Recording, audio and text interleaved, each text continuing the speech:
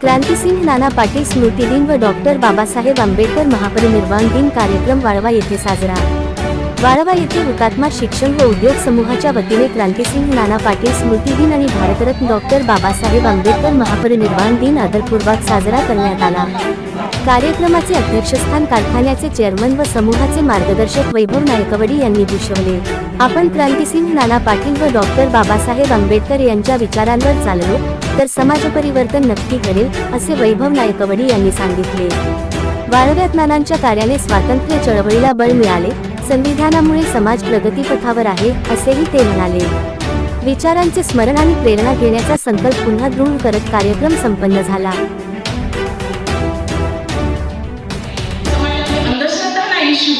रूढी परंपरा हा विचार ह्या नाहीशा होतील, हा विचार क्रांतिसिंहांनी मांडला।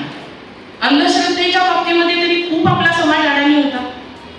अनेक गोष्टी म्हणजे देव मानणं आणि देवाच्या नावावर बळी देणं असेल, अनेक ठिकाणी अत्यंत अघोरी अशी कृत्य केली जायची। एकदा क्रांतिसिंह अंकुरच्या म्हसोबाच्या मंदिरामध्ये गेले, जागृत देवस्थान आहे ते, आणि मग त्यांना असं तिथं सभा होती आणि क्रांतिसिंहांनी तिथं असणाऱ्या त्या म्हसोबाला डोळे होते, ते कशाचे होते? चांदीचे होते। क्रांतिसिंहांनी ते काढले आणि आपल्याजवळ लपवून ठेवले। सगळ्या गावभर चर्चा सुरू झाली। म्हसोबाच्या मंदिरातील मूर्तीचे चांदीचे डोळे चोरीला गेले। पुरोहितांनी सांगायला सुरुवात केली, फार कडक जागृत देवस्थान आहे, ह्याचे ज्यांनी डोळे चोरीला नेले तो आजारी पडणार, त्याला हगवड लागला, तो मरून जाणार, ह्याच्यामध्ये त्याचं काही चांगलं होणार नाही। म्हसोबा बघून गेली त्यांना। कालांतरानं बरेच दिवस निघून गेले आणि थोड्या दिवसांनी पुन्हा क्रांतिसिंह त्या ठिकाणी गेले। ते म्हणाले, अहो तुमच्या मंदिरातील देवाचे डोळे कुठे आहेत? तर चोराने नेले। तिथं असणारे जे पुजारी होते त्यांनी सांगितलं, एका चोरी झालेली आहे, ज्या पण चोराने नेलं असतील त्याचं काही चांगलं होणार नाही, त्याचं वाईट होणार। तेव्हा तो म्हणतात, क्रांतिसिंह आपल्या खिशातून ते डोळे काढून देतात, हे घ्या तुमच्या म्हसोबाचे डोळे म्हणतात, मी 4 महिन्यापूर्वी तुमचे हे डोळे देवाचे काढून नेले, काही मला म्हसोबाने केलं नाही।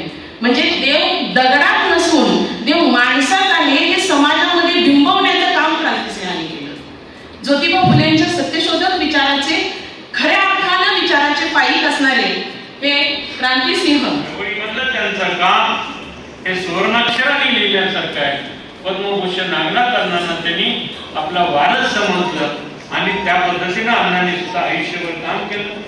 आईसाहेबांनी त्यांच्या क्रांतिसिंहांच्या जेवणापासूनची व्यवस्था केल्या आणि औषधोपचारासह किसान शिक्षण संस्थेने क्रांतिसिंहांच्या बाबतची जबाबदाऱ्या पार पाडल्या। अखेरपर्यंत क्रांतिसिंहांना सांभाळलं। क्रांतिसिंहांनी सुद्धा माझं जन्म मृत्यूमध्ये कुठे जन्माला यायचं ह्या गोष्टी आपल्या हातात नसतात किंवा ठीक आहे ते सांगू शकत नाही, पण क्रांतिसिंहांनी माझे शेवटचं वास्तव्य हे नागनाथच्या बरोबर राहील, वाळव्यामध्ये राहील, हा जो त्यांनी घेतलेला निर्णय होता। यामधून आपल्याला लक्षात ठेवलं पाहिजे की आपण खऱ्या अर्थानं त्यांचे वारसदार आहोत आणि त्यांची अपुरी स्वप्न पूर्ण करण्यासाठी आपण कार्यरत राहणं हीच खरी या दोन्ही महामानवांच्या बाबतीत विनम्र श्रद्धांजली असेल। एवढंच बोलून मी इथं थांबतो। जय हिंद, जय